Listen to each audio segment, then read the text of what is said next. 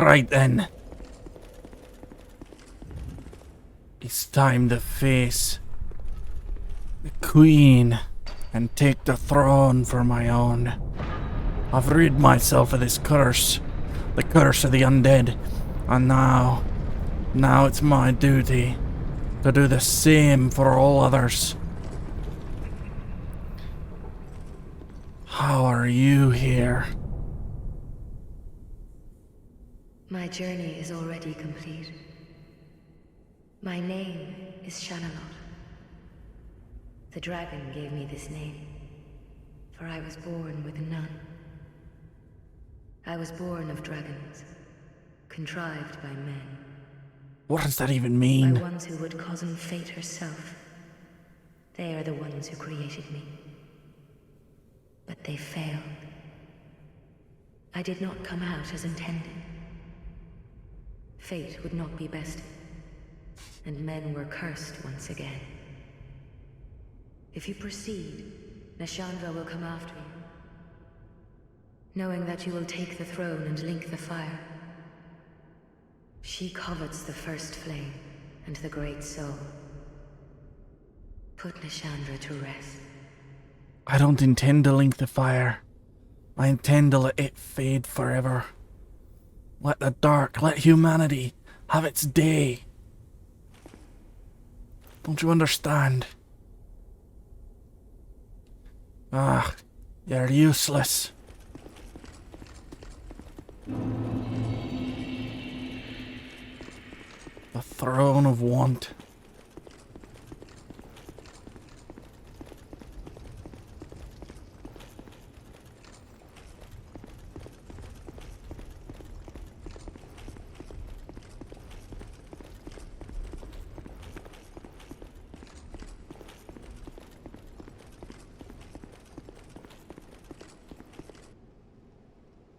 Right then, this is how it's going to end.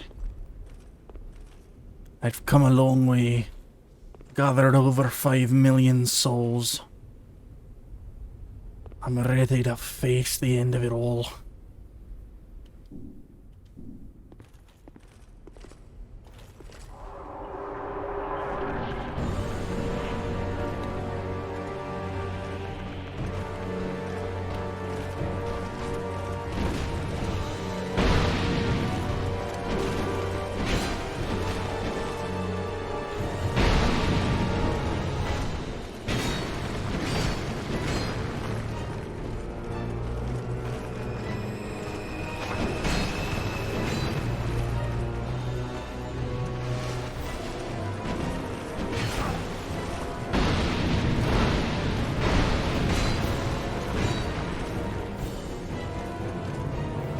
The two of you who watch and defend the throne.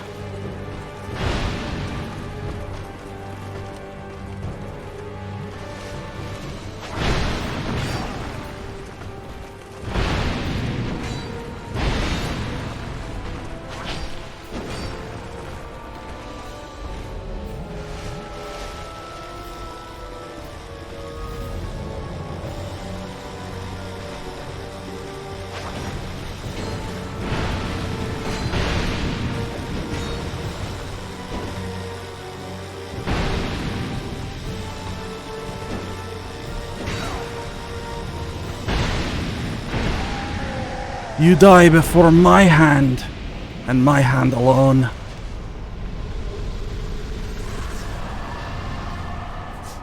Embrace your souls. And now, I approach the throne. Brave undead, Nashandra, you have proven yourself to me. you are a manifestation of the power and lust of the dark. I've killed Vendrick. You will not prove very threatening.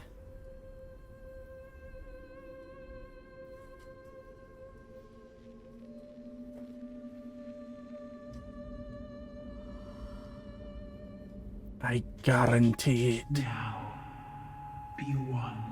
I've already overcome. I've already overcome the darkness, Chandra.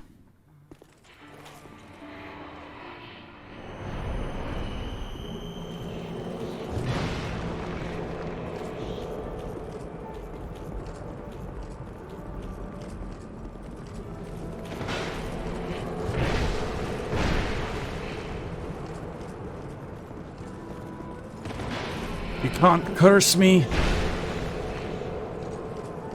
You can't hurt me.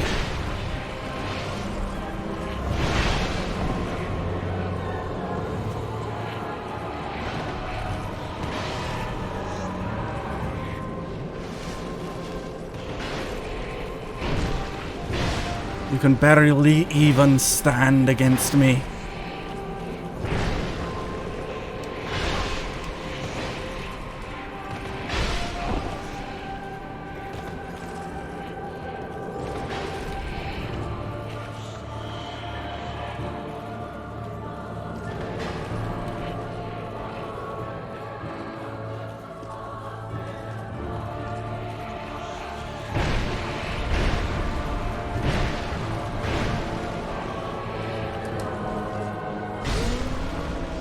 Let yourself fall to my strength, Nassandra.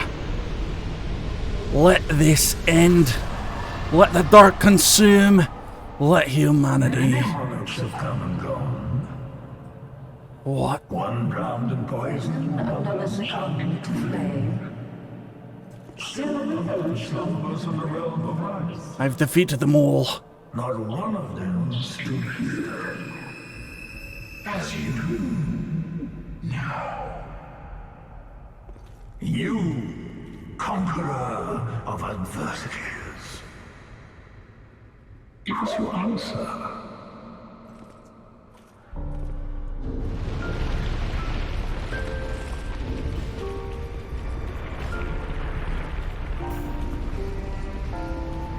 Well then, Aldia. You plan to kill me.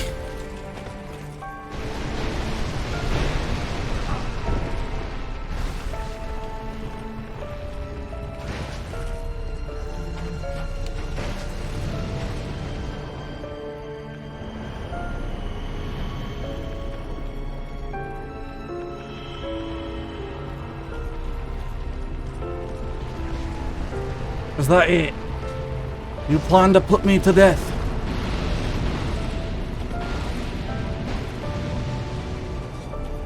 I will not allow it.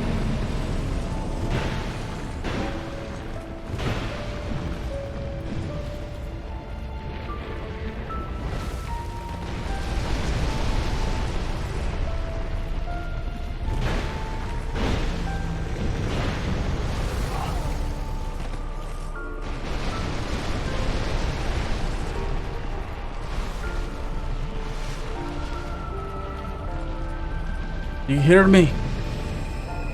I refuse.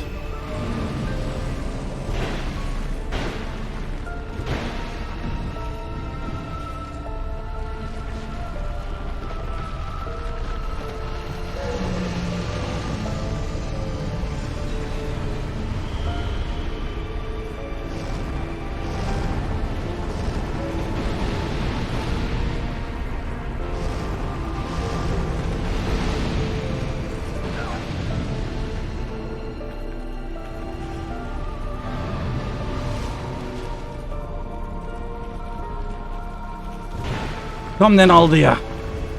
Meet your maker.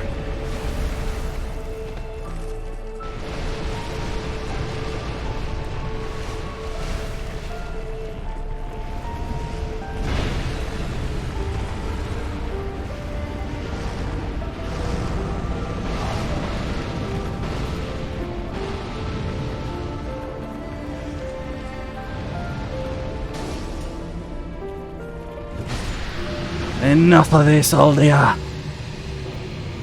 I will not let you or anyone else stand in the way of my goal. I lost everything and remain here patiently. The throne will certainly receive you. But the question remains. Would you from me. I do not desire the throne. Or something else entirely.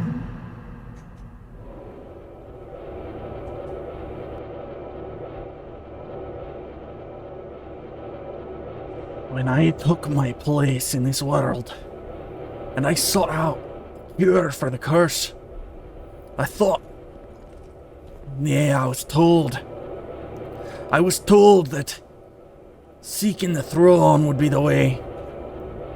But Vendrick sat upon the throne, and Vendrick fell to the curse, and he let his kingdom fall with him. What kind of person would I be if I let the rest of the world fall to the curse?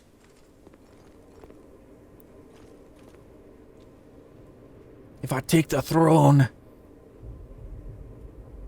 I could become the Lord of the Dark, embrace the power that I've obtained. But if I go, I could seek some other end, find some other means, and ensure that those who once served this almighty power, ensure that they never come into power again. I was not sent here. Nay, I did not come here to become a ruler. I came here for one simple purpose: to rid the undead curse from myself and return to my life. Now I am burdened with a greater purpose. I must find a permanent cure for this curse, and that lies not within the throne, but elsewhere. I am sure of it.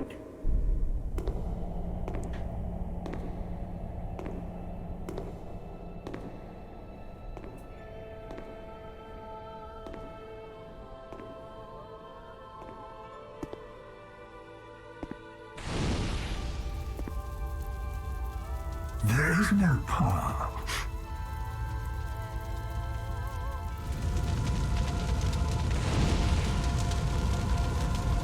Beyond the scope of life, beyond the reach of dawn.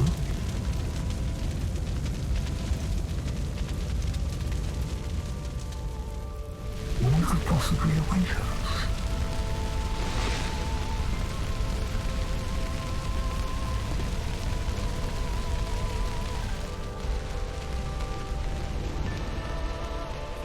And yet we seek it insatiably.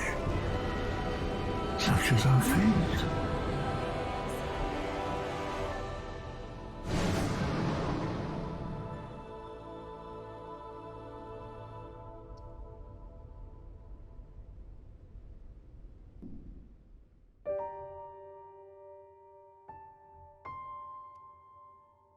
All right. I'm going to turn the game audio down a little bit. Just talk about my thoughts on Dark Souls 2 for a moment. Overall experience with the game, I actually enjoyed this game a lot more than Dark Souls 1. I really wasn't expecting that coming in, because coming into this game, I've only ever played it once before, and I really didn't enjoy it. I don't know if it was just the build that I used during that run, or the fact that I did that whole run on the Champions Covenant. That just made the game unfun to me. But I really wasn't expecting to like this game coming in. I've heard all of the negative reviews that it's gotten, and I think some of those points are warranted. But in general, it's a better put together game than Dark Souls 1. It's less janky, surprisingly. People always complain like Dark Souls 2 has so much jank. It's so much less janky than Dark Souls 1. Just even just the it's hard to figure out what I want to say. It's a very weird experience ending this game, because I know I didn't do all of the things in Dark Souls 1, but that's because I've done them so many times before. And in Dark Souls 2, I've only done the one playthrough, and it was a blind playthrough, and I didn't really know where everything was, so I just played, and I didn't beat all the bosses. I didn't do any of the DLCs, because I never found the items that you need. I didn't kill Vendrick. I never fought Aldia. Like, all of that was new to me. So doing all of it has really shaped my opinion favorably in Dark Souls 2. And there's definitely some problem points. I think the second and third DLCs suffer a lot. I don't know if they were rushed in development or what, but they suffer a lot, and they bring the general experience of the game down quite a bit to experience them. The second DLC is just confusing and mazy, and all the areas seem samey, and it's like the same 3 enemies and the same 4 ambushes every single encounter, and it just gets very boring very, very quickly. To the point where, like, Iron Passage is a joke. I hate it. It's a terribly designed area. It's just luck whether you get through there or not. Because either path you go, you're just screwed. And it wasn't fun. All just for a reskin of a boss you've already beaten. And then... DLC 3... I guess I can... Fume Knight was awesome. I like the Fume Knight fight. I think I bugged it out, though, because you never went to Phase 2. DLC 3, everything's just way too spread out, man. If you took DLC 3 and you, like, condensed that area by about 80%, and, you know, obviously lower the number of enemies in that space, because it's just a ridiculous number of enemies in each... It's like there's these giant fights spread out by, like, 10 minutes of running around doing nothing, and then they make you explore the area 4 times. The same area 4 times, and it's just like, oh my goodness, really? This is what I'm doing? It's frustrating and disappointing, and takes forever just to... I died once. Like, the most annoying thing about that is it's going to take me forever to get back to where I was. Not that it's difficult or challenging, just it's going to take forever. I really wish I had left that DLC after the Burnt Ivory King fight, because, oh my god, was the Burnt Ivory King fight, I think, the best boss in the game. It was amazingly fun. Like, ridiculously fun. And then I played the Frigid Outskirts or whatever. Oh my goodness. I wanted to die. It was bad. And then when you get to the end of the Frigid Outskirts, which, I mean, it's like, let's not even talk about the let's take away your sight mechanic that made one of the later areas in Dark Souls 2 kind of suck. At least in that one, it wasn't for extended periods of time where you just have to stand there and hope you don't get killed by ice ponies. But even after that, the 10-minute run through all the ice ponies just to get to the boss, who you just beat earlier in the DLC, except now there's 2 of them. It's so not worth it. And I did a big rave about it when I finished that. That's probably in one of those videos at this point. But the game overall, I really liked the area designs, actually. I think the areas felt unique and different enough. Like, all of the different places felt... They stood out a lot. And then Dark Souls 1 does that too. Like, the areas don't really feel samey in Dark Souls 1. But I think they even stood out more, like, there was more contrast between all of the different areas and their general feels and everything in this game. And I guess I never finished talking about the DLC, so we'll talk about DLC 1. Loved it. Loved the whole thing. I felt like the enemies were interesting. Yeah, it still had some of the kind of, like, the samey enemies, but they also had unique, interesting enemies. I liked how the design of the level was like, oh, this hub and spoke thing where there's a main path towards the end of the DLC, and then there's all these spokes off that you can explore and then cross off your list on future run-throughs, so the whole place never felt huge, even though it was around the same size as DLC 3, for example, as Lois. So just the fact that, oh, I can cross that place off my place that I have to run through now, and makes it feel a lot smaller, makes it feel a lot more condensed, and generally more enjoyable. Man, this is getting loud. I'm gonna turn you down again, game. I think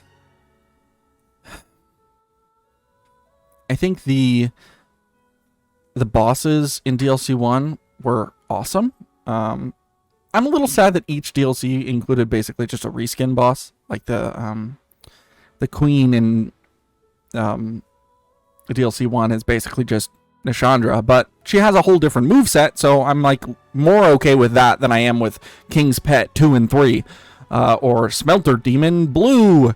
Like, it's silly. But getting to fight Sin at the end of it, that was really cool. It was like big hype moment. You see the dragon right at the beginning, and then you see it again later once you get about halfway through, and then, oh, now you get to fight the dragon. Like, it's really cool. It's nice. They did a really good job with DLC 1, and I think DLC 2 and 3 were just, DLC 3 kind of brought it back for me with the Burnt Ivory King fight, but unfortunately, the amount of time you have to spend just to get that fight to be cool by going and exploring the same area 4 times in a row, it wasn't worth it. Anyway, that's the DLCs. Main game, again, I already talked about a lot of the areas. Just, I really like the design. I do think Scholar of the First Sin suffers from having too many enemies in some places where you're just constantly being bombarded by a never-ending stream of enemies. But I think the game mechanics do enough, like, oh, once you've killed them enough times, you don't have to keep fighting them anymore. I think that's fine. Because you can always activate the Covenant or activate a bonfire aesthetic to get them back. I really like the bonfire aesthetic mechanic. Aesthetic. What I don't like is the hollowing mechanic in this game. I think the hollowing mechanic is too punishing. I think it would have been better if the Ring of Binding was the default amount of hollowing, that it would only go down to 75 and it would hit you a lot slower. But the fact that you lose up to half your health if you don't wear that ring is ridiculous. It's ridiculous. You get punished for every single death. Every single death is like a little bit more of a punishment. And it's not to the point where it's like, oh, that's fun and interesting. Like, I get it lore-wise, but from a gameplay mechanics perspective, it's absolutely atrocious. And I'm glad they got rid of it in Dark Souls 3 with the embering mechanic. I think embering is fine. Embering feels like, oh, I've powered up and I've gotten, more health now than I had before. Whereas this feels like, oh, that stat that I spent a while boosting, now I don't have it anymore. And that kind of sucks. I think it's cool that they include the little King's Crown thing that makes it so that you stop hollowing. That was a cool lore thing, get all 4 crowns and go to Vendrick, and I kind of based the story around that. I didn't actually know that was a thing, though. I thought I was just going to have to end Hugo's storyline there of, like, I'm going to get rid of this curse as, like, I guess there's no way to get rid of it. And then it was like, oh, I didn't realize, like, no, yeah, it actually stops you from hollowing, so he's removed the curse from himself.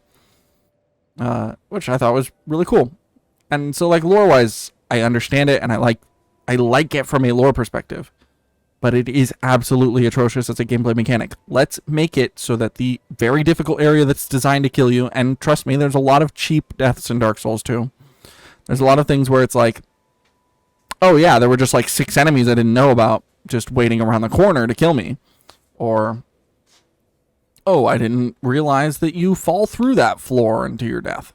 So yeah, the fact that there are those sort of cheap deaths mixed with the fact that every death costs you a little bit and makes it a little bit harder to get back the next time kind of sucks. So that was frustrating. Some of the weird thing, I actually figured out what was causing that lock-on turning, because I'm aware that the Ultra Great Swords have that as part of their moveset. When you're locked on, you can kind of shift your direction to change your angle of where you're attacking with Ultra Great Swords, and that's pretty unique to the Ultra Great Swords in this game, I'm pretty sure. So I was aware that was a thing. The reason why it caused so much rage in, I think, episode 6 or something like that, the reason it was such a source of rage is because I wasn't executing the inputs to cause it to do that. It was just doing it, even though, I mean, both my hands could be off the joysticks and I was like turning a full 180 degrees around, or turning 90 degrees to the left. And I was like, what? Why is this happening? I eventually figured out that my joystick had a little bit of drift on it from the time I plugged it in for that episode. So that was causing issues with turning during the lock-on, which sucked. But once I fixed that, it stopped being an issue. I think the difficulty curve of this game is great. I think without Champion Covenant mode, this game is so much more enjoyable than with it. Because the first time I played this game, I beat it with the Champions Covenant. And I played with Champions Covenant from the very beginning. Like, as soon as I got to Majula, I went and activated it. And then I played through the whole rest of the game with Champions Covenant on. And it was a pain in the butt, and everything took about 4 times longer than it did on this playthrough. And I think maybe it might have been easy in places because I was running around with a plus 10 greatsword from like 4 hours into the game, because I just happened to get the Titanite slabs early and all the chunks I needed early and stuff.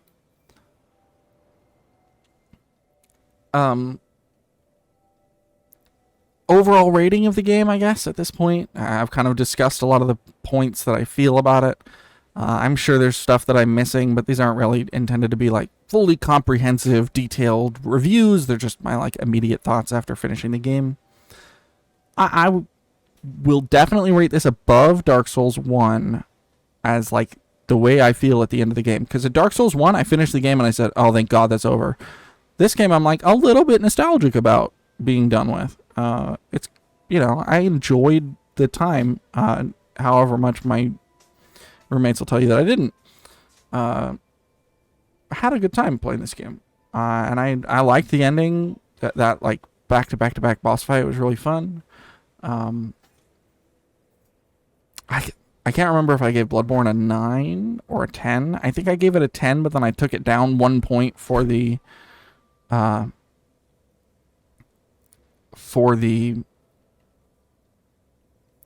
Chalice dungeons, because man, I was salty over the Chalice dungeons. And then I know I gave Dark Souls 1 a 6. This game is thoroughly more enjoyable than Dark Souls 1. Dark Souls 1 is like, yeah, it's a game I'd play. I'm not going to play it again.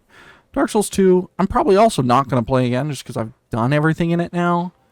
But maybe in like 5 years or something when I want to make it feel fresh again. I'm going to give this game an 8 out of 10, I think. Because really, in reality, Bloodborne is a 10 out of 10.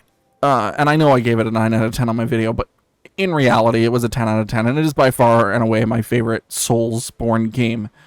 Yeah, I'm going to give Dark Souls 2 an solid 8 out of 10. I'll give the DLCs.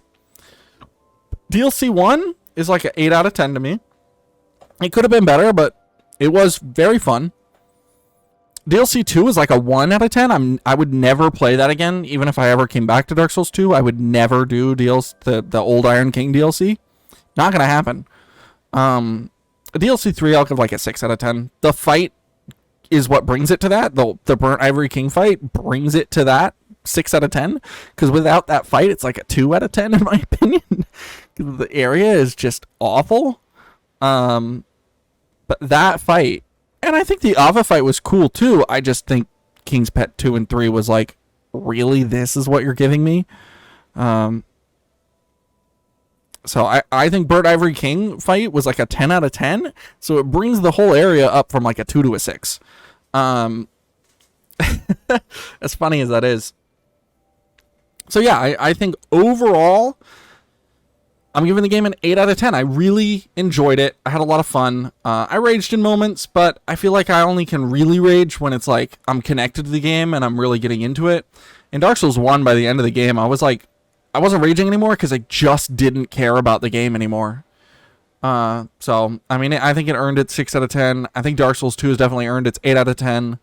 I'm interested to see how I feel about Dark Souls 3, because, I mean, I've only played Dark Souls 3 to the end once, but I've started a few different characters on it before, so I've done the beginning areas a couple of times at least, like probably 5 or 6 times in the first few areas, and then everything else is a bit of a blur because I've only ever done all the rest of it once. So I'm interested to see how I feel about Dark Souls 3, because coming into this, Dark Souls 2 was my lowest rated Dark Souls game. And I didn't really have a number scale for it previously, but coming into this, my ordering was Bloodborne, Dark Souls 1, Dark Souls 3, Dark Souls 2. And I haven't played Sekiro, so I don't have a place to put it in the order. But now, looking at, I have Dark Souls 3 left to play. My order has shifted quite significantly, with still Bloodborne at the top. But then Dark Souls 2, and then Dark Souls 1. And I'm fully not expecting Dark Souls 3 to get any lower than a 6. So I'm surprised to see Dark Souls 1 as like a actual Souls title, like Dark Souls. I'm surprised to see it drop to the bottom of my list, because I loved that game. I speed ran that game at one point. But it just, God, it's not enjoyable anymore. I think it's aged too much, and too many of the mechanics don't work well for me. Too many of the areas are too gimmicky, and I think there's better to offer in the later games. And I know I'm talking a lot about Dark Souls 1 now, and most people have probably already clicked off the video because I'm just ranting at this point, and rambling. But yeah, those are my thoughts on Dark Souls, the Dark Souls series. I'll be interested to play Demon Souls whenever I can eventually get my hands on a PS5, maybe. Not that I've been like actively trying to get one, but it is what it is. For those that are interested, I did show my stats before I finished. But yeah, I ended at level 202 in this game, which is like ridiculously high. 40, 40, 40. So 40 vigor, 40 endurance, 40 vitality, 50 strength, 20 dex, and 40 adaptability. Mostly because I wanted the agility. 110 agility lets me do dodge rolls, which is nice. Anyways, that's all I have for you. That's all Hugo's story has for everyone. Thank you so much for watching the series. I really appreciated what am I even saying? Thanks to everyone who's watched all the way through here. And I hope to see you guys in my next series. If you want to keep following me, I'm going to keep doing these sort of like role playing while also trying to think about how I feel about the game. Anyway, thanks so much for watching Dark Souls 2. I'll be back around for Dark Souls 3 at some point. But no promises it'll be right after Dark Souls 1 like the last one, or like Dark Souls 2 was. So no promises will be coming right away, but maybe, who knows, we'll see. Thanks so much for watching. Have a wonderful life.